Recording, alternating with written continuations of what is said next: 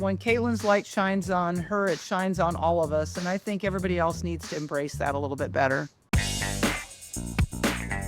First things first, before we get into anything else, how's retirement?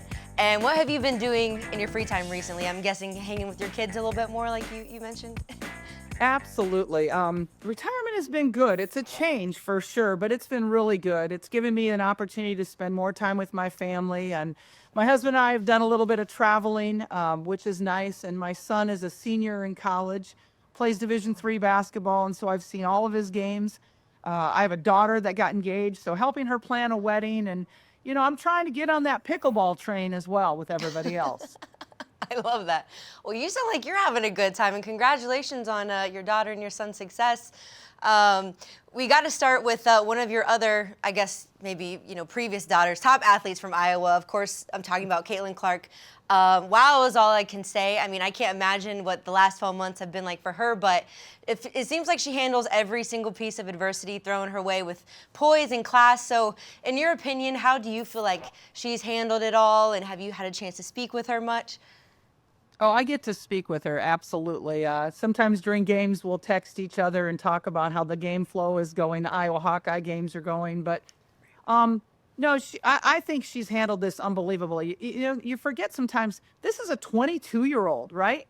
She's been named Time Female or Athlete of the Year and has had all kinds of things coming at her from all different types of directions. And with that publicity becomes some haters always, and that's unfortunate. But we really work hard at Iowa on putting the blinders on and just being able to be very tunnel visioned, and I think it's helping her right now. Yeah, and you just said it, just named Time Player of the Year. I'm not sure if you're surprised, especially when you consider her impact not only on the WNBA, but sports as a whole. So I feel like some still don't see it that way. Like you mentioned, there's always going to be haters. But when you hear things like what Washington Mystics co-owner Sheila Johnson said, criticizing the choice of Caitlin for that award, I mean, what was your reaction to that? Oh, yeah, it's silly to me that anybody's trying to take away from something that's so good in your sport right now. I mean, this is a person that's really helped athletics, helped women's sport in a way that nobody has helped women's sports maybe since Billie Jean King. So let's get on the bandwagon and help her out, make her life a little bit easier because she is helping all of us. And sometimes, we used to tell our team, listen, when Caitlin's light shines on her, it shines on all of us. And I think everybody else needs to embrace that a little bit better. Yeah. Last question on her. When you coached her at Iowa last season, things were already hitting stratospheric levels when you talk about her fame. So how did you personally help keep her kind of calm and focused and on the main goal of really helping the team make it to the NCAA tournament? She's really goal driven. And so if she thinks something's going to help her achieve the success, that team success, she's all on board. It was really easy keeping her focused on the prize. And I think her family, her parents are really good. They kept her grounded. So it really wasn't that hard of a challenge for us. We all knew what we wanted to do, and we tried to eliminate a lot of those outside distractions and focus on what we were doing, and that was trying to get another chance, try to get back to the Final Four and win a national championship. Yeah. Let's talk about some Iowa hoops. So Jan Jensen has taken over as head coach. She's from Iowa, a former player from Drake, who you actually coached her senior year, and it seems like a pretty good fit if you ask me. So how are you feeling about her capabilities taking over the team so far? I think she's done a great job. I mean, they're I think 9-2 right now, which I think everybody would love to be 9-2 in the country right now. The two losses have been very close. Have been away from Carver Hawkeye Arena. Jan is a really young team. This is a young freshman class, but they're very talented. It's going to take a little time. And as we know, the Big Ten is so difficult. With just, I think, 10 teams ranked in the top 25 right now. It's crazy. Yeah. Jan obviously put her time in with the program, 24 years as associate head coach. So clearly it was a no-brainer to kind of pass the baton to her. But, I mean, what does it say about the Iowa program and what you all built that she never thought about even exploring other opportunities? Like Iowa was it for her.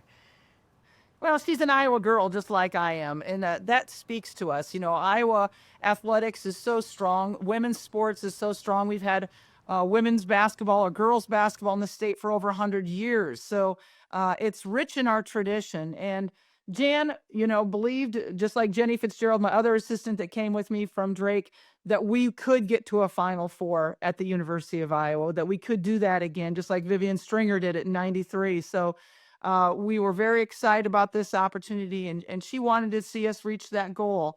I'm really glad she stayed all these times because she passed up a lot of different offers. I'm glad she stayed because now it's her opportunity to run this program. Now that you can kind of sit back and just watch as a fan, which girls are you most entertained by in college hoops right now? Well, for sure. I mean, Hannah from Notre Dame is just so special. She's a great player, but I love watching our own Lucy Olson. I love watching her. She was the third leading scorer in the country last year at Villanova. We got her in the transfer portal.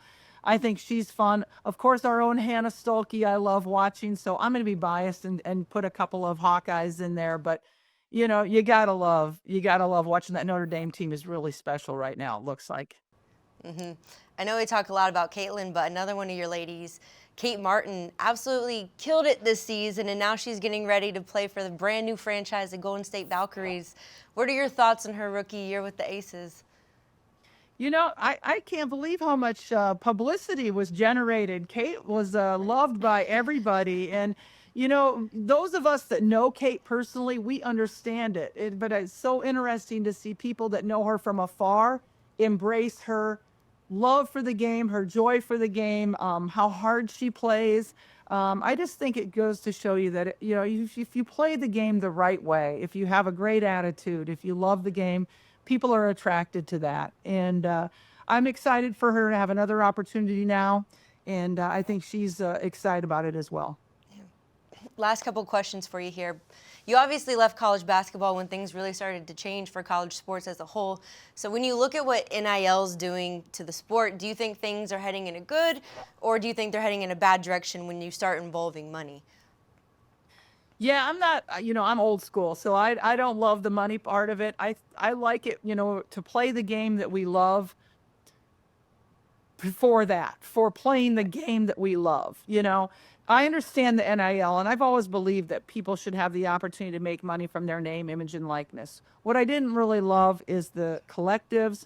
The revenue sharing that we're about to go into. I think it's going to hurt college sports. I think that revenue sharing, is going to hurt some of the Olympic sports, unfortunately, and that money's got to come from somewhere. That $20 million that each school is going to be paying to the athletes now, it's got to come from somewhere. Where's that bottom line going to be? So I'm not a big fan of that. But again, name, image, and likeness, certainly players should have the opportunity to make money from that.